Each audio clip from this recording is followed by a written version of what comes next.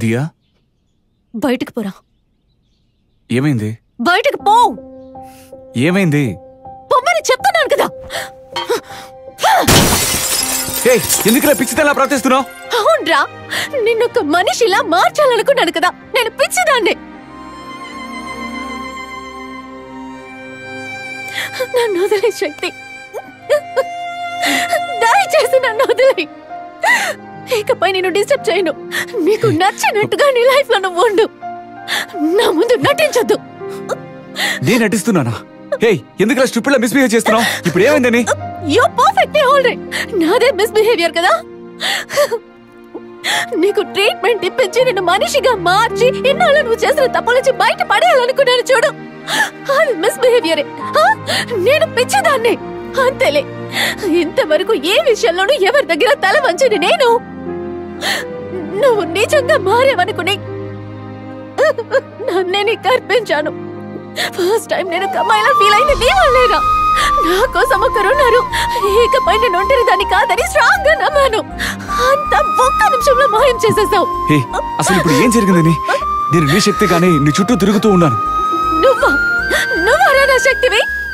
మాణిక్యాలరావు దగ్గర బానిసలా చేతులు కట్టుకుని నుంచి వాడు చెప్పిన పని చేస్తానంటూ నా ముందుకొచ్చావు. నువ్వరా నా శక్తివి? ఎవరు? జగన్ చెప్పాడా?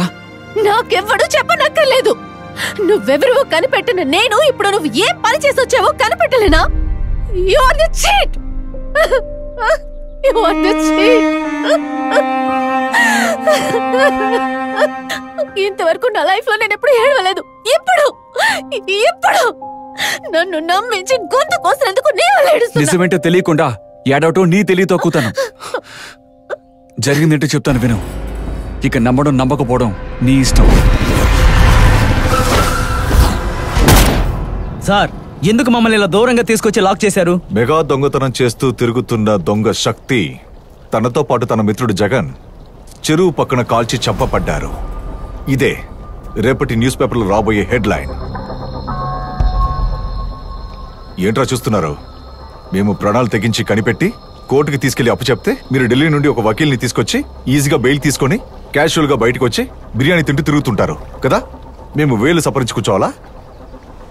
ఎన్కౌంటర్ చేయబడిన మీ డెడ్ బాడీని చూసే ఏ ఒక్కరికైనా ఇక మీద దొంగతనం చేయాలనే ఆలోచన రాకూడదు. ఏంటయ్యా చెప్పు. వాట్? మీరంతా ఎందుకయ్యా డిపార్ట్మెంట్ లో ఉన్నారు? యూనిఫామ్ వేసుకోవడం మానేసి చీరలు కట్టుకోండి.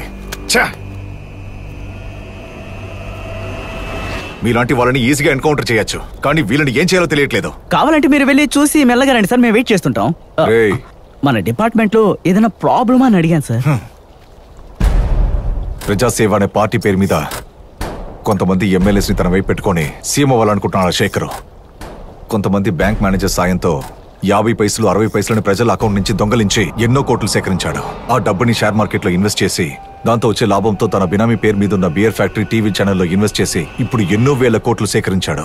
ఇప్పుడు ఆ డబ్బు అన్నింటినీ తన సీఎం కావడానికి సహాయపడుతున్న 20 ఎమ్మెల్యేస్ కి ఇవ్వడానికి ఎక్కడో ఒక చోట దాచిపెట్టాడు. వాడు సీఎం కాకూడదని అడ్డుకోవడం కాకుండా ఆ డబ్బు ఎలాగైనా కనిపెట్టి ప్రజలకు ఇవ్వాలని నేను ఒక మాస్టర్ ప్లాన్ వేశాను. కానీ ఇప్పుడు ఆ ప్లాన్ ని మా డిపార్ట్మెంట్ లో ఉన్న కొన్ని చెత్త శేఖర్ తో చెప్పి ప్లాన్ మొత్తం నాశనం చేశారు. నేను నెక్స్ట్ మూవీకి వెళ్ళలేక నన్ను బ్లాక్ చేశారు. Bloody rascals.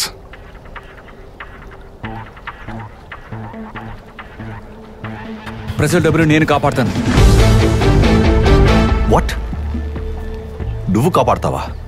అవును, మీ డిపార్ట్మెంట్ కాపాడలేకపోతున్న ప్రజల డబ్బుని నేను తీసుకొచ్చి చూపిస్తాను. రే శక్తి, ఇది నీకు అనవసరమైన పనిరా. నా నుంచి తప్పించుకోవడానికి కొత్త ప్లాన్ వేస్తున్నావా?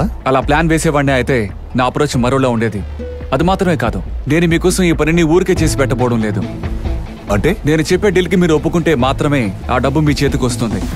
ఏం చూస్తున్నారు?